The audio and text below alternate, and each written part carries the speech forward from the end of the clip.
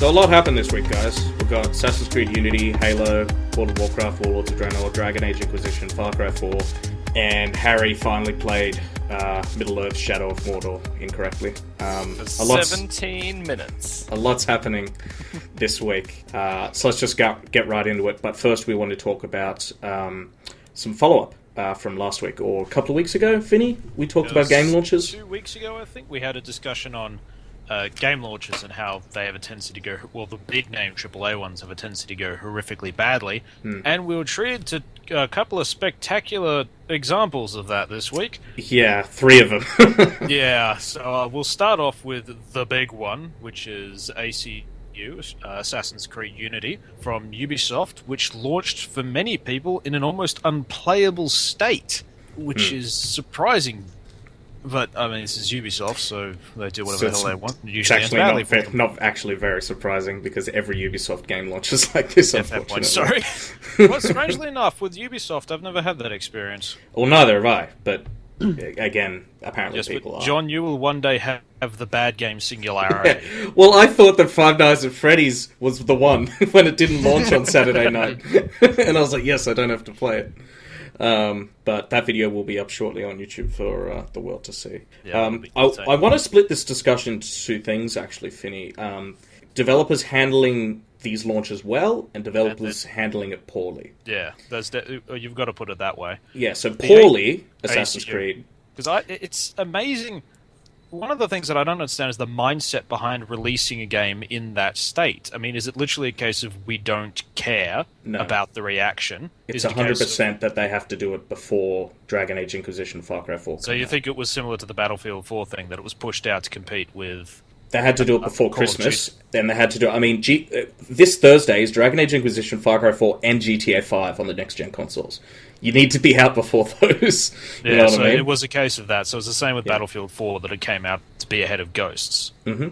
Right, yeah. So that sounds like a more reasonable thing, but it's just amazing how bad... Like, this is going to be one of the worst, from what I've seen, one of the worst launches in a while. Well, yeah, I mean, considering we've had a couple of good massive launches recently, like Destiny launched perfectly. Yeah, like very few bugs. Titanfall launched perfectly. And then the only reason we talked about this a few weeks ago was what was it, the Sony game, Drive Club. That's the one, yeah. Yeah. And so yeah, you're right. This seems worse because we haven't had many in a while, and then all of a sudden we have 3 in 1 week. Yeah. Well, the Blizzard one, I suppose the only way... So Blizzard's one was Warlords of Draenor release. That wasn't entirely their fault. The DDoS attacks were just a bunch of wankers.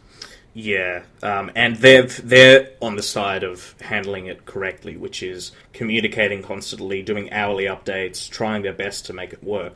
Where it seems like Ubisoft has gone with the whole, yeah, we'll patch it next week, and they release a patch and it fixes some stuff, and they go, well, we'll release another patch next week, and they release another patch and it fixes some stuff, and you know, they're releasing patches and they are fixing it, and by this time next week it'll be completely fixed, but they're not really communicating very well. They're just whenever there's a patch, they put out a Twitter post saying there's now a new update, and that's it. Yeah, they could be a little bit more obvious about it. Yeah, 343 Industries and Blizzard are constantly communicating and saying, hey, look, we know this sucks. We're trying to fix it for you. Here's an update, here's an update, here's an update, here's an update, where they're constantly in communication, whereas Ubisoft's just going, oh, we're French Canadians, we don't know, we don't care about you. Yeah, it's weird how that works, although Blizzard and 343 in comparison, something like Ubisoft, are much smaller companies. Oh, not Blizzard. How big is Blizzard? It's pretty much the biggest developer in the world. 343 is small because it's 150 people, but Blizzard's about 90,000 people. Oh, I didn't know that. Oh, yeah, there you go. Ubisoft's got a lot of studios, but they're not huge. They only do 3 games a year, something like that. Fair enough. I mean, Blizzard does 1 game every 20 years, but it's following basically a standard sort of format for these people, in that 343 343 doesn't really have much of a reputation in terms of communication because it's not that old. But Blizzard definitely, in terms of communicating with its players, is always very good. They had to learn hard, because when WoW launched back in 2004, it was like, you think Battlefield 4, the first year of Battlefield 4 was bad. Like, the first 3 years of WoW was bad. They had one raid, but it came like 6 months later. Nothing ever worked. The queues were as long as they are now for like a full year or 2 years. So they had to learn real quick to get a lot of good customer support and a lot of good community managers. And look where it's got them. Yeah, got them the respect of the entire industry. Same as Valve. Exactly, but that's the thing, because it's their response is exactly what, as we said, is exactly what you should do, but it's also what you expect from someone like Blizzard now because of what they've been through. Ubisoft's response is terrible, but it's sort of what you expect from Ubisoft. Yeah, the thing is, we know games are more complicated than ever, and more people want to play them on launch day than ever, especially through digital downloads, and everyone can just get them on day one. So we understand, as consumers, we understand there will be bugs. Software is complex. We understand things will go wrong. And if they go wrong, that's fine. The only thing is, say you're going to fix it, tell us when you're going to fix it, be communicative, and just, be nice and fix it. It doesn't. If it takes a week to fix Halo like it is, that's okay, because we're going to be playing it for the next 7 years or something. But the difference with Halo is that the single player part, all of the 4 releases on it, they're playable, they were functional. It was only the Halo 2 multiplayer servers. And as you said, they came out and said, look, it's not working, you deserve better than this, so we're going to do our best. Whereas Assassin's Creed Unity, predominantly single player game, was virtually unplayable for a lot of people. So it was similar with GTA Online. When it bugged out and didn't really work properly, people just went, oh, well, we can wait, there's the single player to go back to. But with Unity, it's only the single player. That's all. Exactly. When every aspect of the game is unplayable, that I think on a release is almost unforgivable. That's enough to kill off a game for me. Yeah. Well, the Unity stuff wasn't online stuff affecting offline stuff. It was just literal bugs. It was literal bugs. So it didn't really have anything to do with too many people hitting their servers or anything like that. Yeah, well, the difference there is like most of Blizzard's launch problems are to do with server population. The game itself is fine. Diablo 3 with Era 37 being the most famous of them. The game itself worked fine. It was just crippled by the fact that it was online only and the servers couldn't handle the population. Yeah. I have a quick question about Unity. Just to clarify things, the bug is the lack of pirate ships, right? I believe so. Bug. Yes. That's and see, this is why I haven't bought the game, John. I don't think they're going to patch it in. It's unfortunate. I mean, some say that every Assassin's Creed game from now on needs pirate ships. I think you would agree with me, Tucker, when I say that every single game ever needs pirate ships from now on. I like that logic. Every game needs jetpacks, and every game needs mechs, and every game needs pirate ships. There's definitely parkouring things which would improve every parkouring mechs! Yes. Oh, man. That'd be best. 100%. Let's make it happen. Let's make it happen. Yep, it has to. Okay, so you guys pretty much going on about the Warlords of Draenor expansion. I think I'd like to describe to you an experience I've had this week. So, come Thursday, a strapping young lad by the name of Matt Tucker arrived home after work at 5 p.m. Excited, it's about time to experience what will be the new expansion for World of Warcraft, a new chapter in his life. A distraction to his daily woes and confusion about what to do next. Why do you sound like a Tucker? Because I'm fucking inserting an experience, John. Okay, it's going. Harry, I've found the inspiration for that VN you want to make. He removed his robe slowly. No, give me the chocolate. What's next? You going to describe to us how you had a shower? No. No. He pulled out his +10 penis of penetrating. John, I'm soon to be married. That doesn't happen anymore. That's true. Alright. No, it was about to lead him up to me exploding and... Wait, shit, context. Getting explosions of anger when shit was Phrasing. Alright, let's start this again, Tucker. Phrasing. What did you play on Thursday? Alright, start again. Starting again? No, just talk about what you did. Nah. See, you ruined my story, now I gotta read through my head what I was up to. God damn it. You were removing your robe. I wasn't removing any robe. I was already sitting down at the computer. You sat down in your plush leather armchair with a glass of scotch. How did you know? Dear God, are you watching me? Indeed, Tucker. I'm so sorry. That thing that happened? Oh, right. don't So be. anyway, continuing with my legendary story. I come back, and this morning I forgot to install TeamViewer so I can go to work, log into TeamViewer, remote to my desktop, and essentially log into WoW and let the queue progress. I get home, and I find it nearly impossible to log onto WoW for like 30 minutes. I eventually do get in, like, by some sheer luck. I think someone dropped out of the queue, and I was, like, position 4,000 and something, with, dear God, like, maybe an estimated time of, like, 3 hours waiting. But it's okay. I can handle that, because it's expansion. I expected this. So, I sit there, and I go on, Reddit and YouTube. I try and, quickly pass the time so I can get into Warlords of Draenor. And then, finally, at 7:30, 30 minutes after they've, switched the servers over to Warlords of Draenor, I get in. And it is glorious. The opening cinematic, where you're rushing through the Dark Portal, Thrall and Murad, I think his name is, kicking ass. You get through, and just Draenor, brand new, well, not as it was like in Outlands, but just a whole bunch of awesomeness. You can see the creativity and the time that Blizzard put into it. Just really good. I really liked it.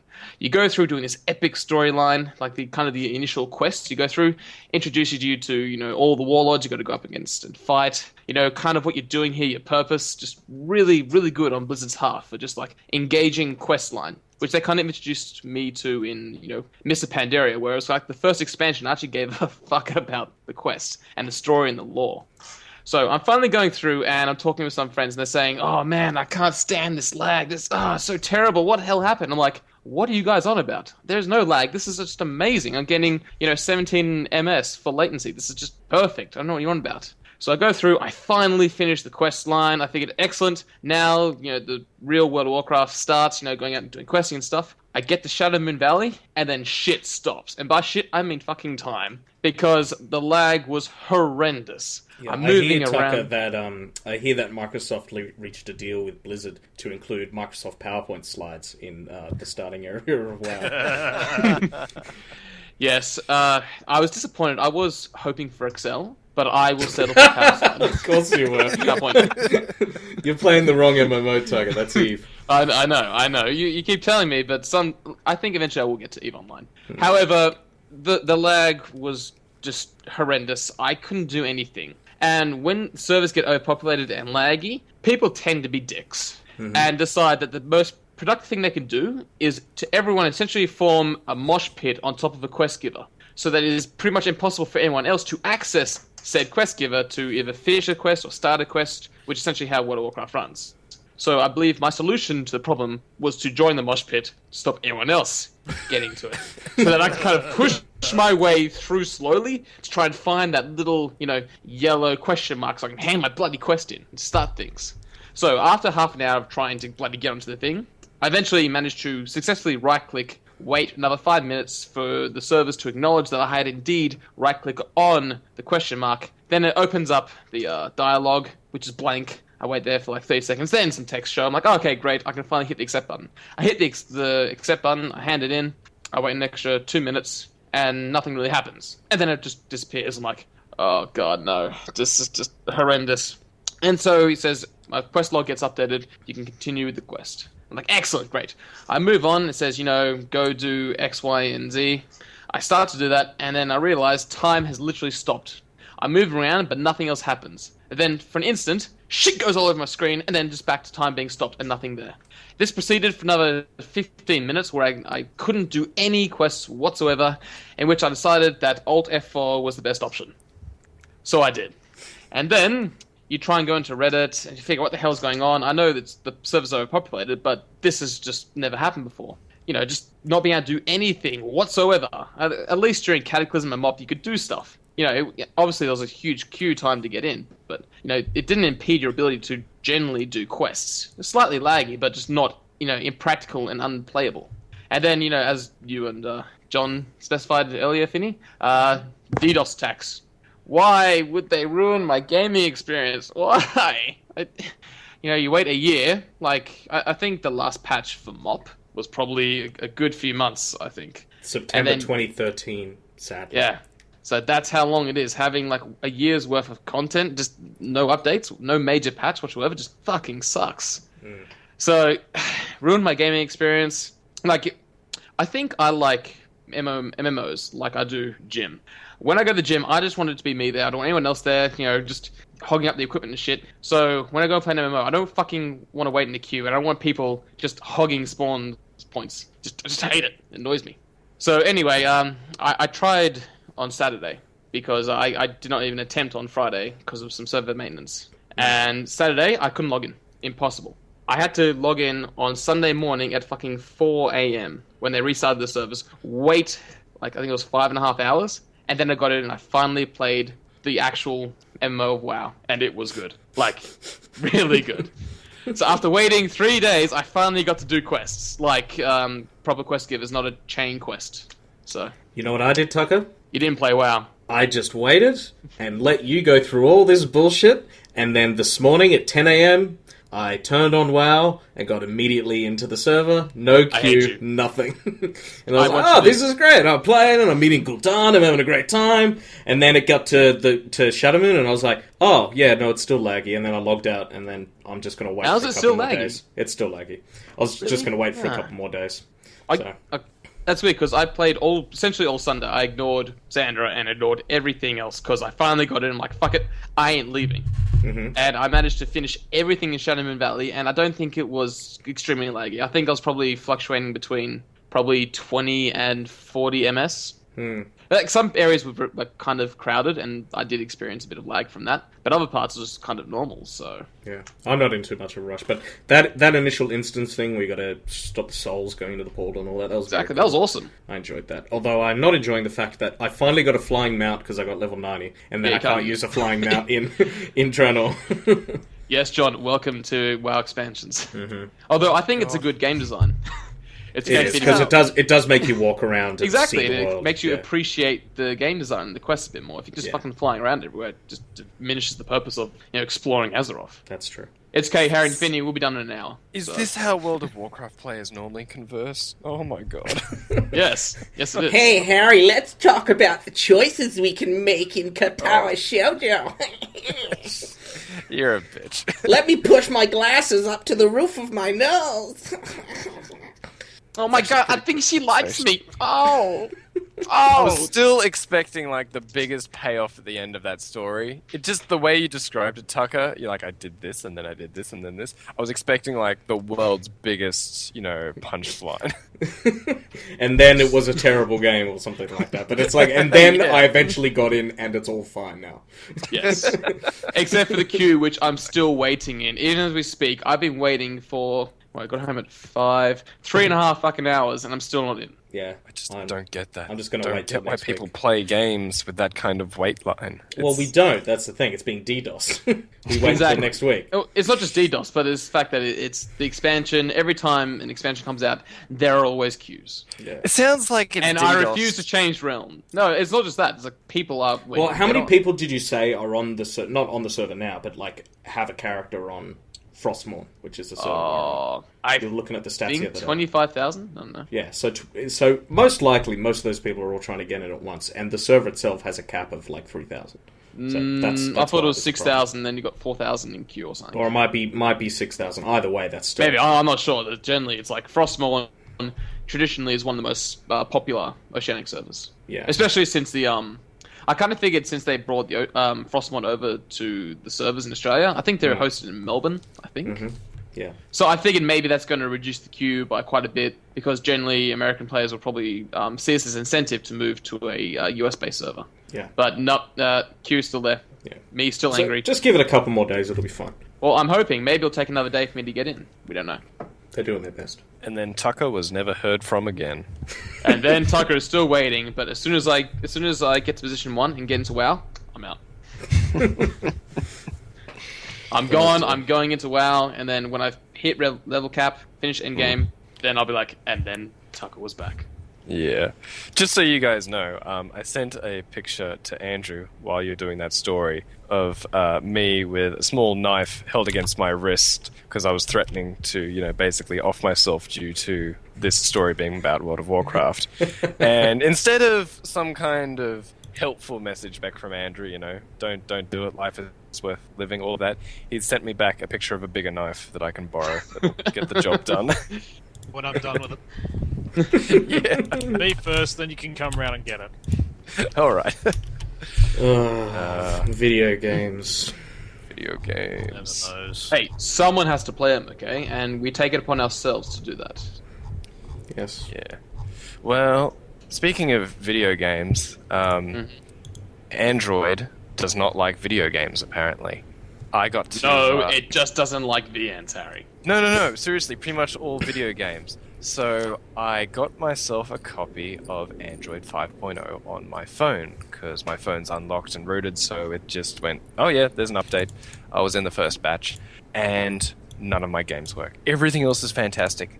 The games are just broken. Yeah, okay, all of my games just happen to be visual novels.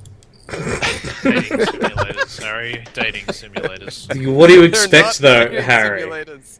Like, what do you expect? You're completely switching from one compiler to another, so of course it doesn't know how to deal with it. Yeah, so, well... And okay, it's not just a different compiler, it's a different kind of compiler. It's a JIT compiler to a ahead-of-time compiler. Yeah, that's actually what I wanted to really talk about here is compilers and why Android feels the need to switch their compilers in my opinion, it's in such a short period of time. I suppose the obvious thing to compare it to is Apple switching from PowerPC to Intel. Now, that happened over a long period of time. I dare say the better part of a decade. It happened in 1 year. 2006, all of a sudden, no more PowerPC, all Intel. No. But it was compatible. You could run. Oh, because they had the Rosetta. They had the Rosetta stuff. Yeah. Yeah, for years afterwards. The emulation. Yeah, that was. But all the great. thing is, you knew this was coming since like 4.0. Yeah, so that's a single version change. Right. So they've gone. So it was like 4 point something that they invented ART instead of the old compiler, which is called Dalvik. Yeah. And as soon as they've switched to 5, they've gone no more Dalvik, only the new ART. That's a little bit quick. I mean, this is the same phone. There's nothing stopping this phone from running the old compiler. When did 4.0 come out? Not that long ago. It's like a year and a half, 2 years.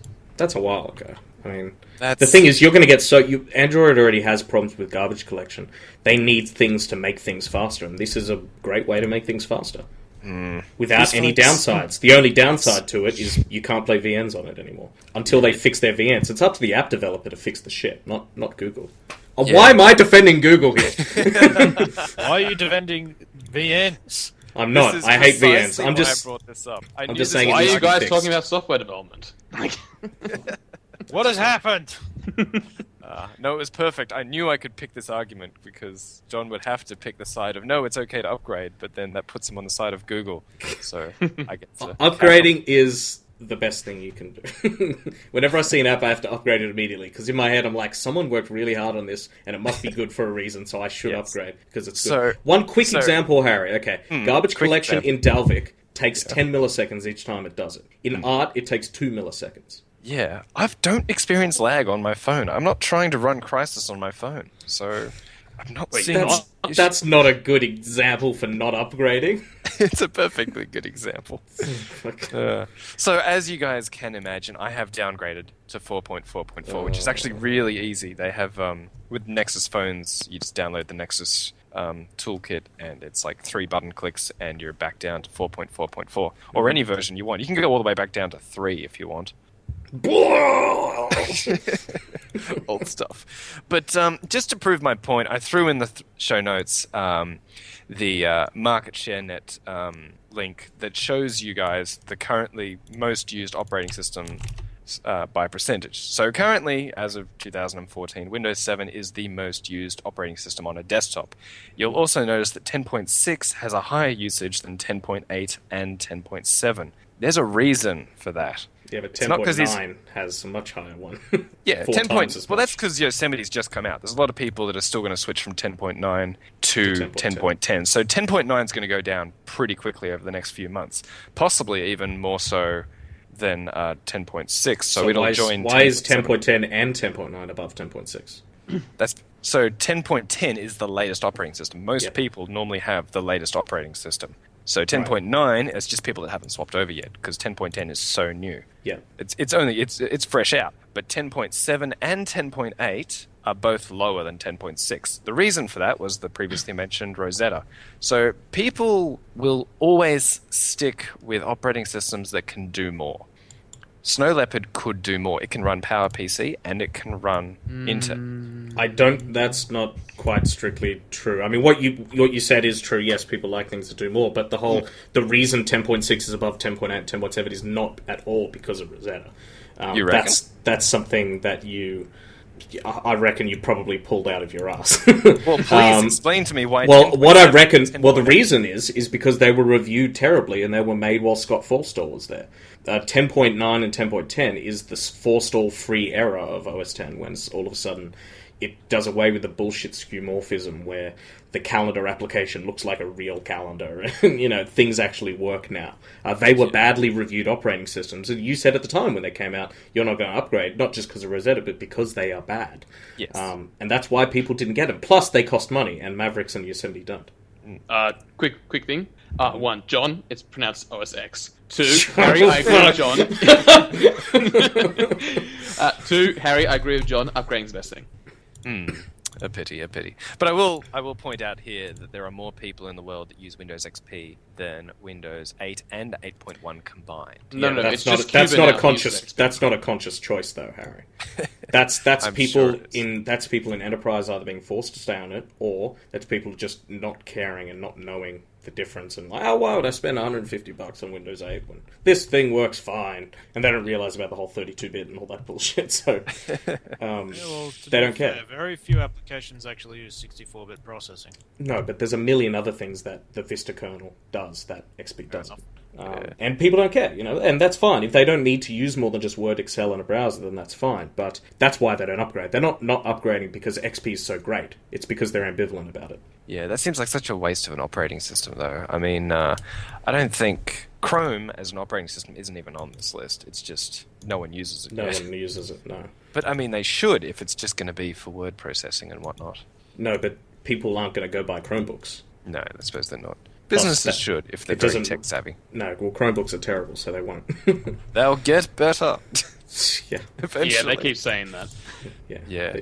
So all I'm saying is that it's probably a good idea to hold out with hold out against Lollipop for just a little while, because with mobile phones, people get tempted to upgrade a lot sooner than desktop operating systems. Because it's right there, you got a little notification saying update available, and it's like 3 button mashes and you're done. But so much stuff just didn't work. Yeah. I'm looking at, I don't know if they haven't added it in yet, but 5.0 is not even on this list. The highest Android's 4.4 at 14.42% market share. And 5.0 is not even on here. Maybe they just haven't added it because it only came out. But yeah, it's still being rolled out. So. Okay. Right. But Harry, you realise 5.0 is probably a better OS. Oh, it's way better. It looks so good. I know. Yeah, it's starting to look like iOS. Yeah. Which, according to John, is better. No, but I mean, it just looks cleaner and well thought out now. Like before, they were sort of held back by Android 3.0. Now it actually looks like a well thought out operating system. Okay, you guys will probably agree with me here, but I'm saying that when I say that I think, like, essentially Android and iOS are becoming too similar, like, looks-wise and feel, and that annoys me. Here's my theory, Tucker. My theory is that initially both... Wait, no spoilers. What? No spoilers. Spoiler, Android dies. Well, I don't know. What? What spoiler? Anyway, my theory is that both, to have a smartphone platform or a mobile platform, there are certain sets of features that everybody will eventually get, but some have prioritized some over others. So right initially, on like Android version 2 or whatever, you had that swipe down to look at your notifications sort of thing, right? Or whatever the gesture is, I'm not sure what it is. And iOS didn't, but iOS had, say X and Y feature and Android didn't. And so, but what's happening now is they're all sort of catching up, and they're pretty similar now when it comes to their hardware specs, it comes to how it looks, and it comes to what the features are. They're pretty much the same across the board now, or they're getting there. They just took different ways to get there. Now that they're both there is when the interesting stuff happens. That's when they can go, oh, let's do this crazy thing rather than let's do copy paste. That's my theory on it too. So far done. Yeah, but that's sorry, my theory on the the design theme is pretty much copy and paste. The only thing that's copy and paste is the quick settings. Yeah, no, I don't agree. Like it's copy and paste, Tucker. I don't think it looks similar, sure, but more in the fact that now it looks good. but I don't buy that it looks similar. I think they both look pretty good now, which is good. It's great for everybody. I'm glad. Yeah. No, I look forward to playing with it when they release it to the general public through Google Play. So I went onto Twitter and I asked people if I wanted to play with a Android 5.0 phone, like if I wanted to buy one or borrow one for like 2 weeks and put my SIM card in it and use it, what's the one I should get? And everyone told me not to get the Nexus 6 because of all the bad reviews it's getting. They told me to either get the 5, which was a year old, so there's no point getting it, or to get the Moto X. Is it the Moto X? Is that what it's called, Harry? Yes, there is one called the Moto X. And the Moto Droid are probably the ones you want to get for that. Yeah, so I thought of the Moto 1 M8, the UWatt mate, or HTC, whatever that one was, because that's got really good reviews with its hardware. Like, it's got really nice hardware. Aluminium and all that. But HTC said that it's not getting 5. It's going to get 5.0 sometime in the next 90 days, which knowing them means in 89 days. Yeah. So I was thinking the Moto X. So I was like, okay, this seems like the good one. Let's see how much it is. I go into the store, $500. And I was like, well, that experiment's over with. I need to find somebody who has one I can borrow it. But I'd like to try Android 5.0 with a good phone. I find it funny 2 weeks. That you said the Nexus 5 is old spec, because I do believe it's the same spec as the iPhone 6. Yeah, but the iOS handles stuff better than Android does, which is what we were just talking about, which is Art is helping with that. Yes. But Android needs twice as much RAM as iOS because, Tucker, I don't know if you want to bother getting into this, but because they use garbage collection and iOS does not. Yeah. Well, that is one of the reasons. Don't. No. I am cringing every time you guys talk about this. It's the equivalent of that scene from that stupid TV show where they explain that they'll catch the killer by creating a GUI interface using Visual Basic. That's how badly I'm cringing in my chair right now. Look, end of story, John. Get a Nexus 5. Excluding the app issues I had, the interface is actually brilliant. You will have no problem. It does speed. No, John, don't get it because you can't play your VMs. I'm sorry, just. Yeah, Harry, what if I want to look at schoolgirls in cartoon form? What do I do then? Oh, wait, you'll use your desktop computer like everyone else. Harry, who the hell reads VNs on their mobile phone? In public. Unless you're reading on a bus or a train, which, dear God, if you are. I can't see why. I think you're the only person who has this problem. Well, he was reading it in the waiting room at the hospital. Sorry, the medical center last week. Oh my goodness! Could you be any more inappropriate? Harry, I was really bored, and the medical center basically worked as a dome. No one had any reception. So I'll just read/watch hentai whilst I'm waiting. It's not a dating simulator. Sorry, dating simulator. Harry, you sound like the fat guy in that comic where it's like, son, what are you playing? He's like, yeah, watching the anime with the characters. They're so deep and meaningful. And then it just cuts to the dad's angry face. That's you. We are the dad, and you are the fat kid on the computer. Well, whatever you say, Dad. Son, I'm disappointed. Oh, shit. But you went and put that shit up on 4chan last week. Yes, I did. How Oh, did that boy. go? 4chan's reaction was just gold. I mean, it was such a prompting thread, though, for me to come out and say, I play VNs on a mobile phone, and Lollipop doesn't work with VNs. It was perfect ammunition. I couldn't wait to see what they had to say. It was glorious. Yeah, there was lots of telling you to kill yourself, we though, go back to Japan, all that sort of stuff. So. Yeah, but that's the thing with 4chan. You'll get all of that, and then you'll get like 3 lines in amongst all of the spam that's just the perfect answer. This is why you're having this problem. You can fix it via this. Here's the link to the rootkit or whatever you need.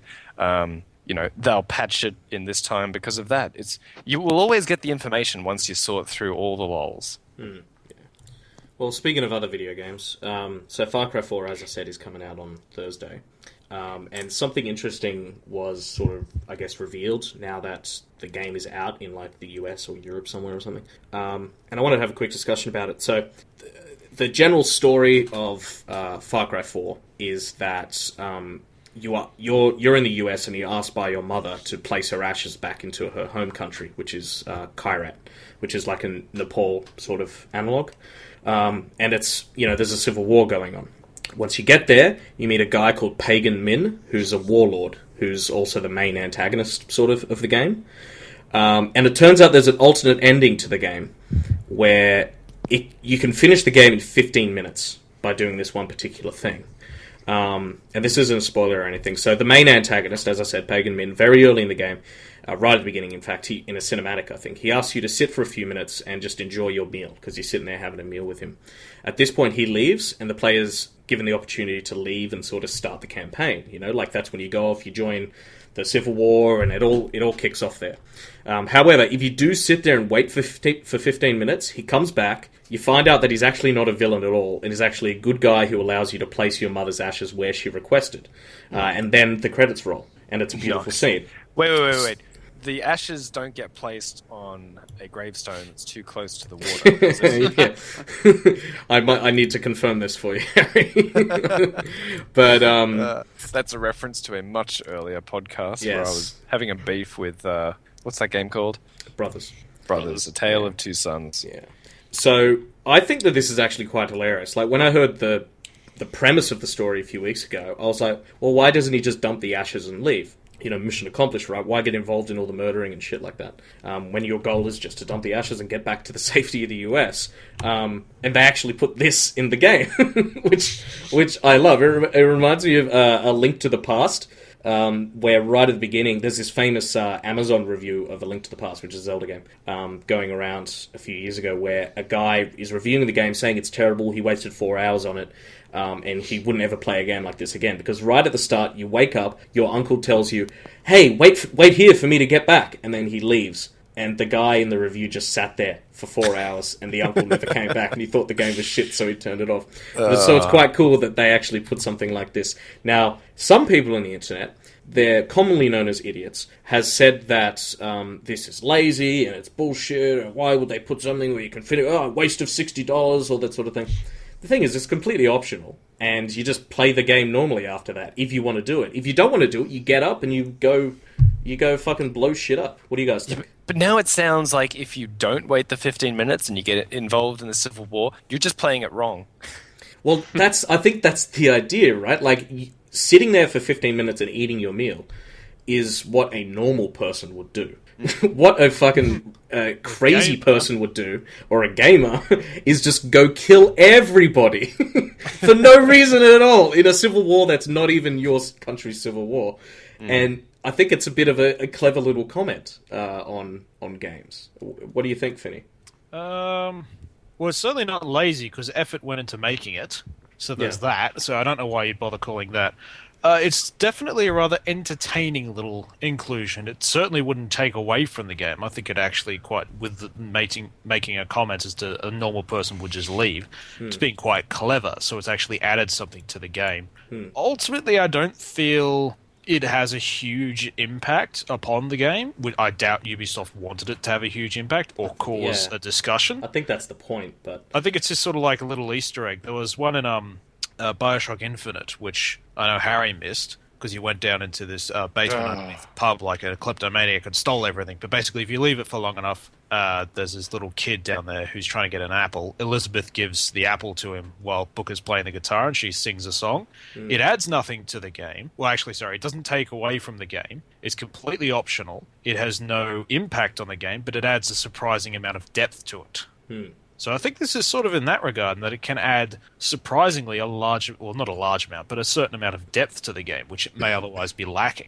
Yeah, I love it's a nice little touch. I'm not at all saying that this is suddenly Game of the Year, Ubisoft's done it again. I think it's just it's a nice little thing for them to do, and I think it really helps with not immersion or any of those fucking buzzwords like that, but just it makes me think that they've put time into it. It shows effort and care more than anything else, that they've put in something that had the very possibility of being completely missed, but they put it in anyway. Yeah. That shows a level of care that's often missing in games. You know what I think?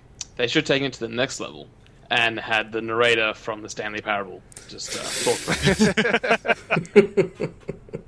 that is the final ending for the Stanley Parable. Yeah.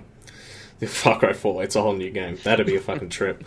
Tucker, are you going to... I mean, I know you played Far Cry 3 and you played Game of 2013, Blood Dragon. Are you going to play Far Cry 4? Or are you going to wait for the Excel spreadsheet to align? Oh, wait. Yes, good point. I should consult my Excel spreadsheet. And when everything's in alignment, then yes, I will wait until the Steam sale and then get a discount on it. I guess because Lord Gaben always provideth.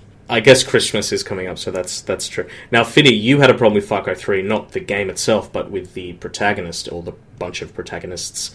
Yeah, the gameplay was because Far Cry had always been a story of missed opportunity in that Far Cry 1 and 2... Well, Far Cry 1 was a joke of a game.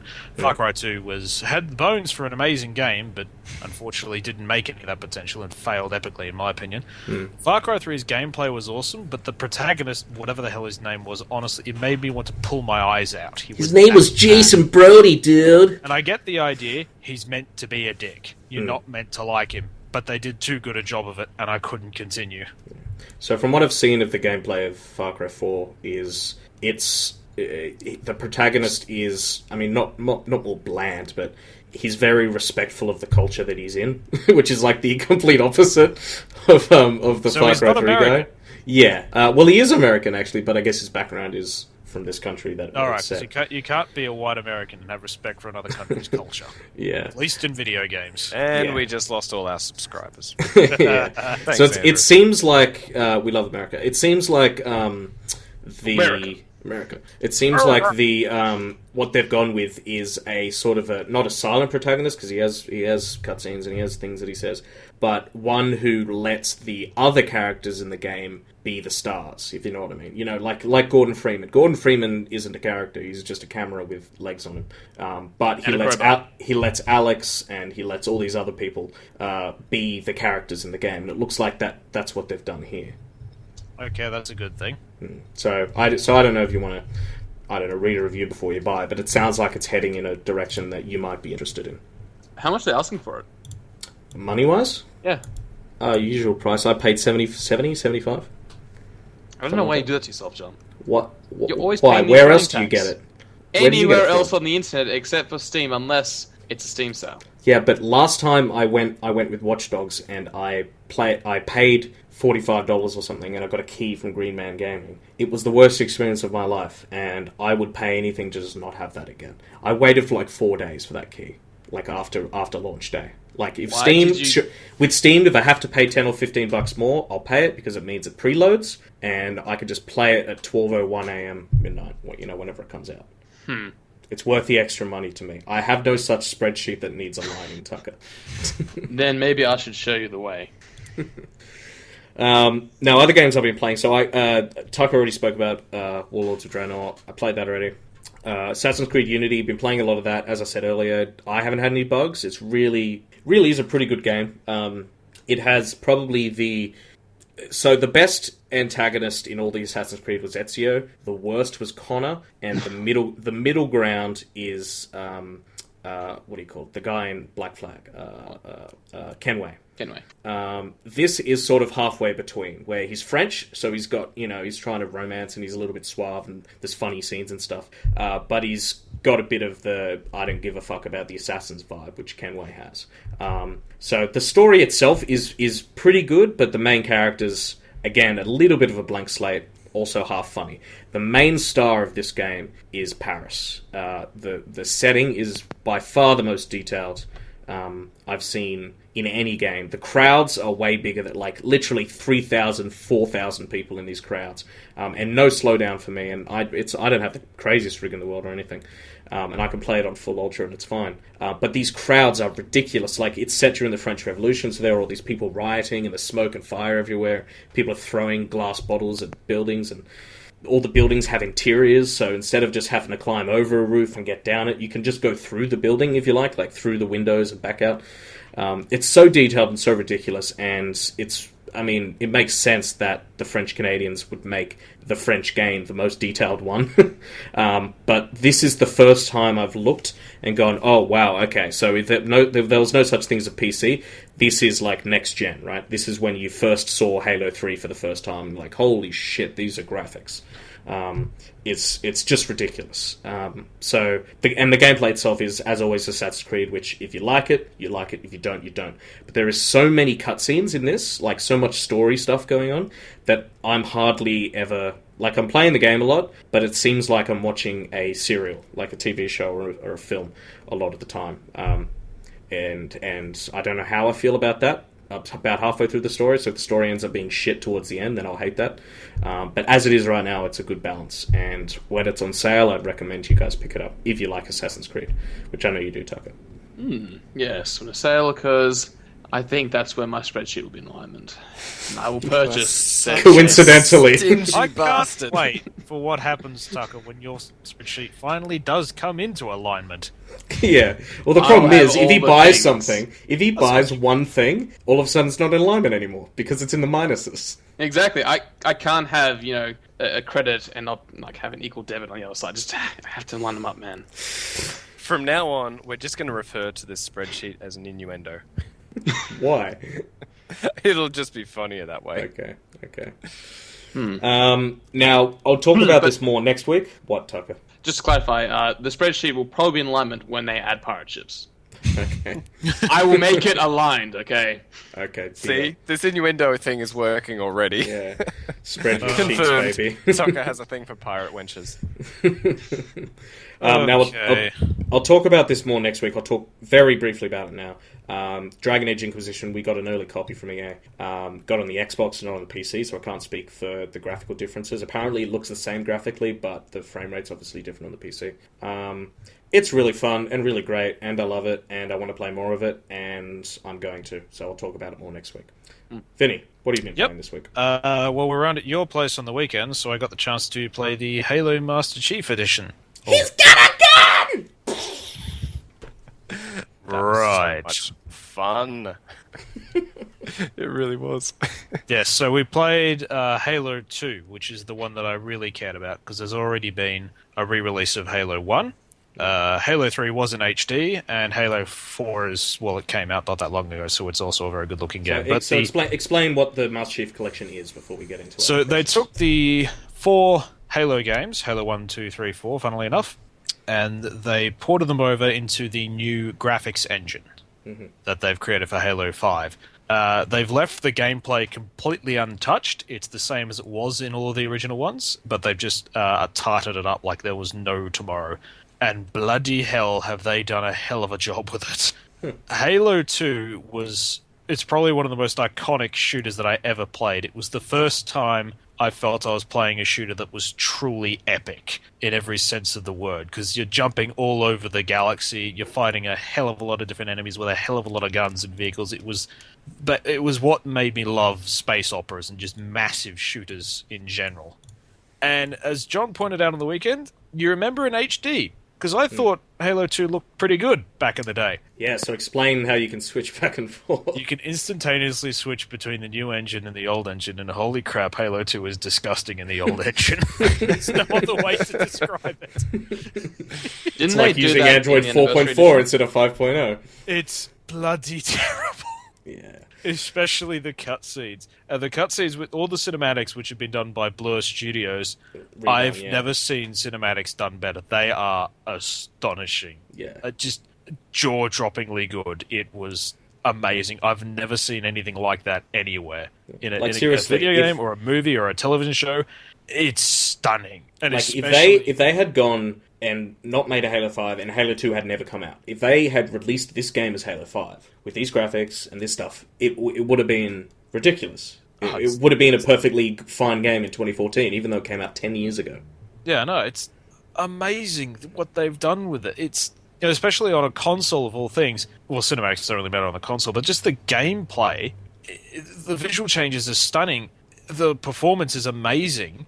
Halo 2 is probably one of my favorite in fact, I think it is my favorite all-time shooter, because it was the one which sold the series for me, and it's everything you could want from a remake. It's not an attempt to redo it. But as we said earlier, the gameplay is completely unchanged. But because I played Halo 2 so much, and some of the set-piece battles, I did the exact same thing that I would normally do with the exact same weapons running through it, and it worked exactly the same. Everything about the gameplay is the same, and that is the best kind of remake. Rather than trying to make it better or whatever the hell you want. You just go with what was originally there, and it is genuinely. I'm very close. I'm not going to buy an Xbox One until there's more games on it, but I came very close to buying an Xbox One just for that. Because Halo was my favorite shooter franchise of all time, still is, and this is astonishing. Like we were discussing it at breakfast the next morning, and it's like this is like another stick on the camel's back, I guess. And eventually there'll be too many sticks. You'll have to make a bundle of sticks. Once there are enough games, I'll get it. I'm not opposed to console gaming. I'm just it's at early release, and for me, there's no point getting it because there aren't enough games. Yeah. Okay. So, but I still can't get over just how good the cinematics are. Especially one of the best examples is when Tartarus is dragging the Arbiter to the Prophets after he's been disgraced and sentenced to death to become the Arbiter, and you switch between the new engine and the old engine, and since it's high charity, there's freaking bloom lighting effect everywhere because of all the lights the Covenant strapped to everything. And just like the fur moving on the brutes and on Tartarus' face is astonishing compared to the blocky piece of crap that they were in Halo 2. Yeah. The comparison is ridiculous. I love having the option to switch between the two, because they're going, this looked awesome when it came out. Why is it so bad? And then you realise, oh, it actually came out a long time ago. That's right. On the Xbox, the original one. Yeah. It's pretty crazy. See, Andrew, I knew that you were going to have praise for a game. I think this is like the first time you've had a faultless review of a game. I know. I feel so good. Well, you see, when I like a game, I don't shut up about it until eventually you feel just as annoyed with me as when I'm being critical. So this is the first game you've liked? Ever No, I like in his most life. And it's not even a new game, it's a game from a decade ago. That's it. Everything new is shit. Only The last time Finney had fun was a decade ago. Yep. So I knew I had to... Sorry, you go ahead. Well, just on the final note, it's sort of proof that the Halo franchise hasn't changed a huge much, because it hasn't had to. Yeah. It's like the It shark. changed the industry. Well, yeah, when Evolution came up with the shark, it just went, I can't make that better. I just can't. And they haven't needed to make Halo better. Like, they've added, like, when you think about it, like, even Halo 4 was just very small touches and differences here and there. There was nothing major, and there hasn't been since the first one. Yeah. So I had to throw myself on the way opposite spectrum, and by luck I found the game that I hate the most. The single worst game that has ever been made, ever, in the history of all video games. Harry, before we get into this, let the Yes. people know that you did not play this properly, and you are going to review it properly next week. I am going to slam this game into the ground after a grand total of 17 minutes playing this game. 17 you minutes. haven't played And you the have no game. position to 17 slam minutes You is haven't- all it took for me to No. determine that this is the single worst game ever made. But you haven't played it. Harry, Jesus. you haven't played the game. I saw You're it. like those people protesting movies, and they're like, "Oh, so what did you think of the movie?" And they're like, "Oh, we're not going to see that piece of crap." You can't talk about it until you play it, Harry. Well, I do apologize for my uninformed opinion on this. Completely uninformed because you haven't played the game, Harry. The viewers don't even know which game this is yet, so the Jimmies haven't even been rustled yet. Russell They're rustling Jimmies. so hard right now. Jesus. But I'm going to cut you off after a certain point. I know. 17 minutes, in fact. Middle Earth Shadows of Mordor is the worst game ever made. What the hell? Everything that is put into that game It is perfect. Thank you. for Good. the sake of it being a video game. Harry, 17 For example, minutes. let me throw just one example at you, but this thing can be copied and pasted to every single aspect and resource that is in the video game. But how would you know? Because you haven't played the game! John! Why? Okay, tell me if John. I'm wrong. But Settle. take the Wraith Punch shock action move that the guy can make, right? Which is awesome. Which is awesome. It never shows how he can suddenly do this ability. It's never introduced. Oh my god! Oh my god, Harry! He just starts using it. It's the. It gets explained. I rage On the stunned. 18th minute, it gets explained. Bullshit, it gets explained. It gets I explained used throughout the I game. used it on over 20 guys.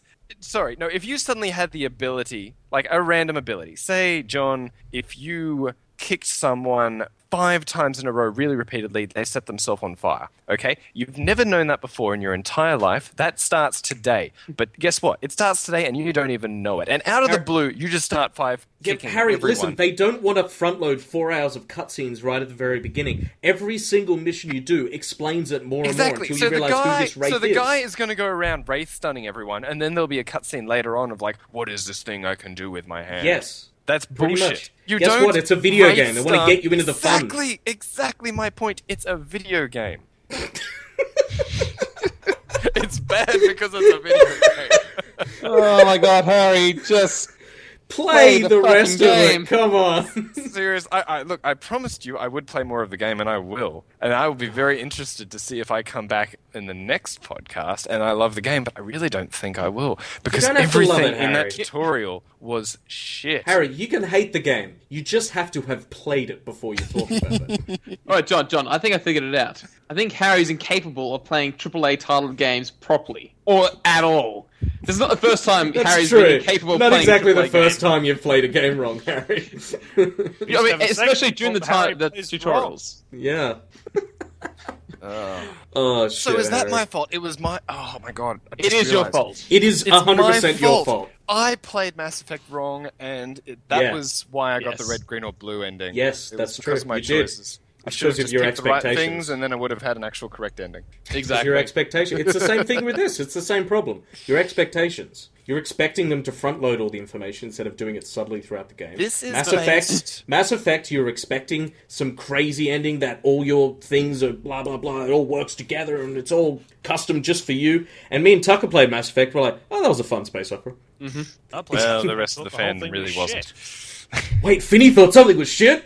I thought this was going to be a good podcast with the Halo and... Come on, this is Lord of the Rings we're talking about here. This is story. This is supposed to be rich, in deep story. Harry, how many Lord of the Rings games have you played? How many Lord of the Rings games have you played? Not many, to be honest, actually. They never have, other than Lord of the Rings Online, they never have story. It's always hack and slash good times. That's sad. But, okay, so I only gave one example, but that same thing can be applied to every single thing that happened in the 17 minutes of me playing that game. Harry, you can't The talk ghosty about it. elf dude pops out of nowhere and starts giving you orders. The dude doesn't give a Explain shit. it!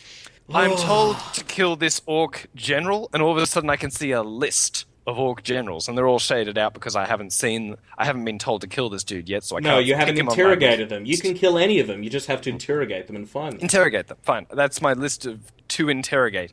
So I can already see this dude on a menu that I've never seen before and have only been told by one dude that I need to interrogate.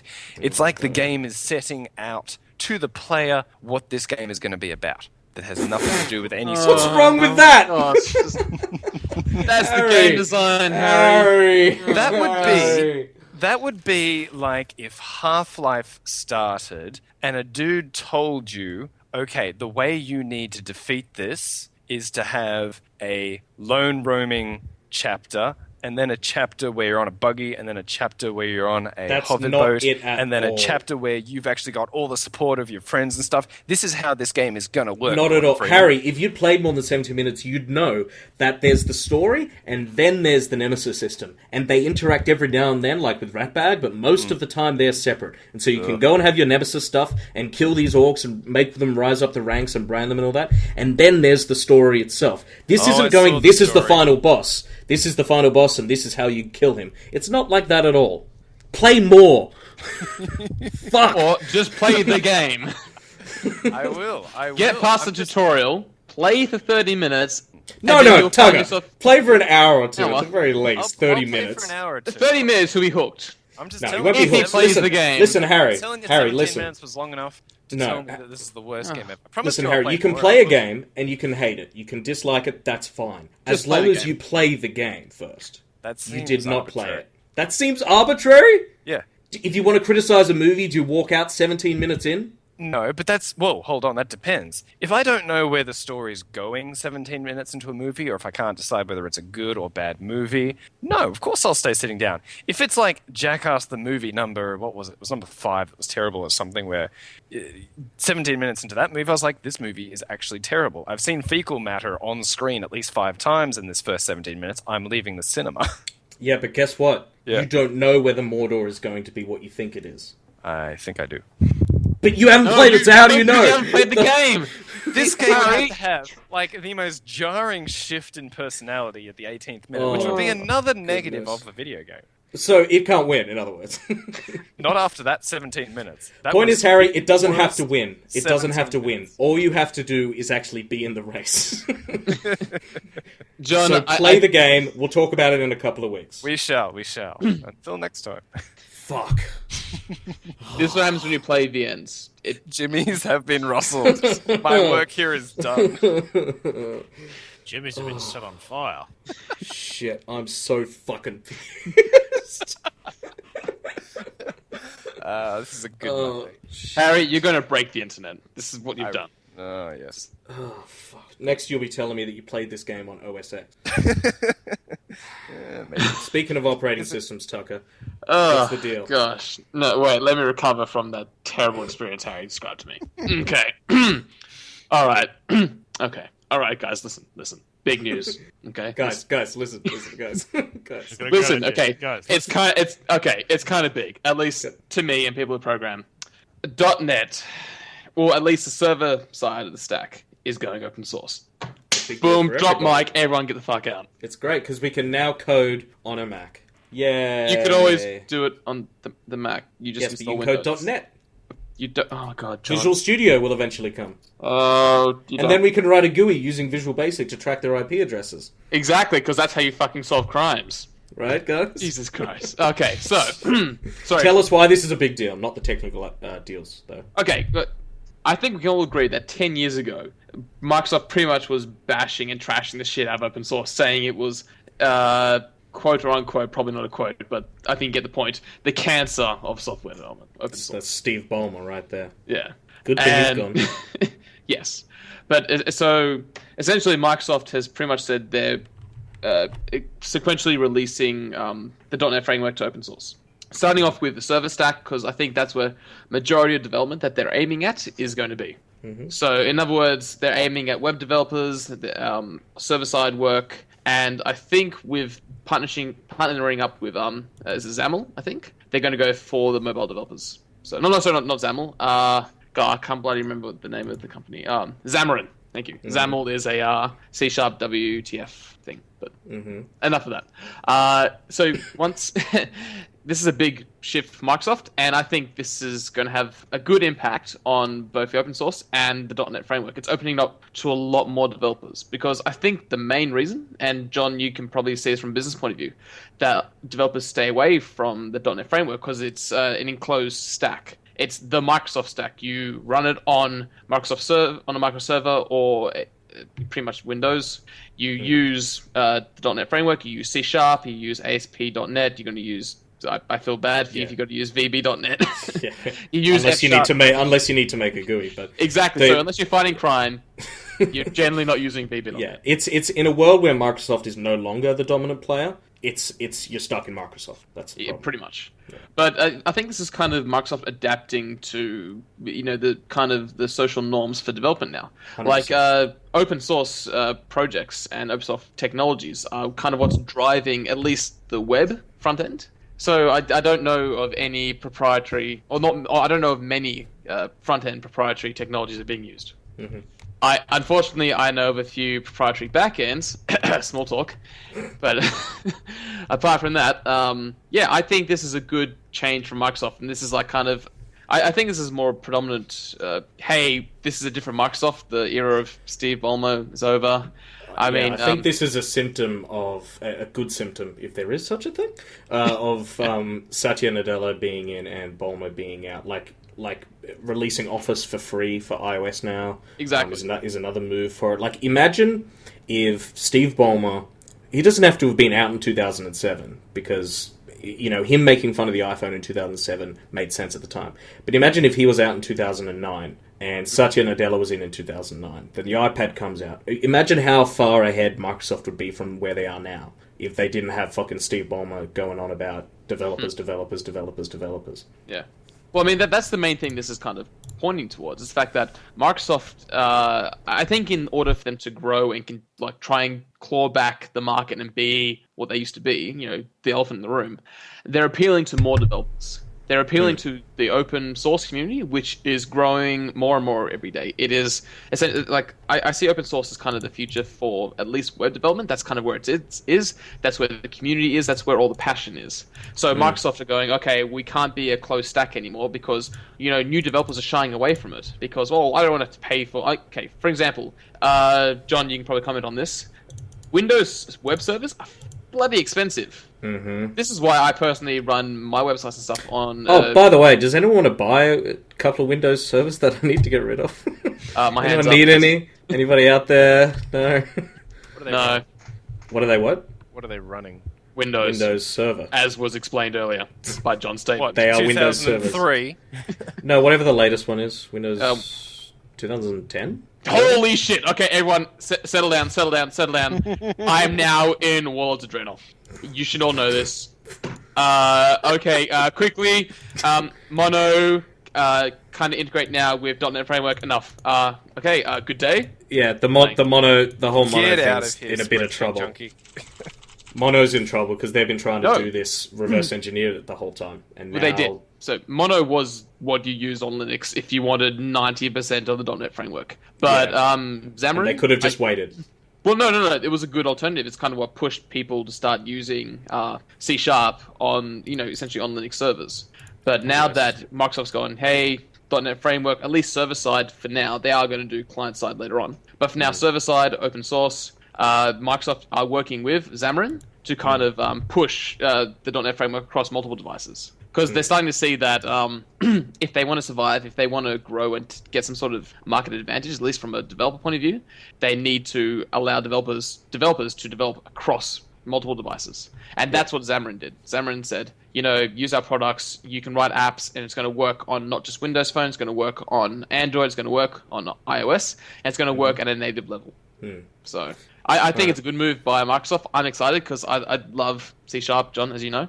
Yes. And I love the best IDE in the world, Visual Studio. Mm-hmm. So I think this is a good step forward, and I'm excited to see where this goes. Okay. We'll We'll let you go play WoW, Tucker. Master Chief and Aragorn, is there anything else from you this week? Nope, that's it for me. Aragorn? That's all you want to hear from me. You could go on, but we won't let it. No, Harry, we want to hear you play the fucking game. Yes, I will. I've already said like a 10,000th time. I will. No, Harry, we want you to play the game. We don't want you to complain Sounds for like 17 minutes and not play the game. Sounds like you're mispronouncing enjoy the game. All right, Yes, ladies, you calm can play down. it. There's Enjoy it. plenty of John to go around. I played the entire thing all the way to the end game and I hated it. No, that means Like, you I didn't play hate to the game. sound... Yeah. I hate to sound exactly like John, but John's right. You need to fucking play the game. Yeah, you gotta play the game. Just play the game, And hey, please. Tucker, there's nothing wrong with sounding like me. Just putting that There's out. everything wrong like sounding like you, but for once, in this rare occasion, you happen to be somewhat correct. Oh, thank God that was recorded. I'm gonna play that back over and over. However, you're never correct when you pronounce OSX. It's like Icarus, my wings are melting, I flew too close to the sun. Well, I'd like to thank you all for joining us for Uninformed. Please subscribe to us on iTunes, watch us on YouTube, tweet us at Uninformed News, or email us at uninformedpodcast@gmail.com. I'm John Clark, I'm Harrison Lake. I'm Andrew Finn. And I'm Matt Tucker. and you've become Uninformed.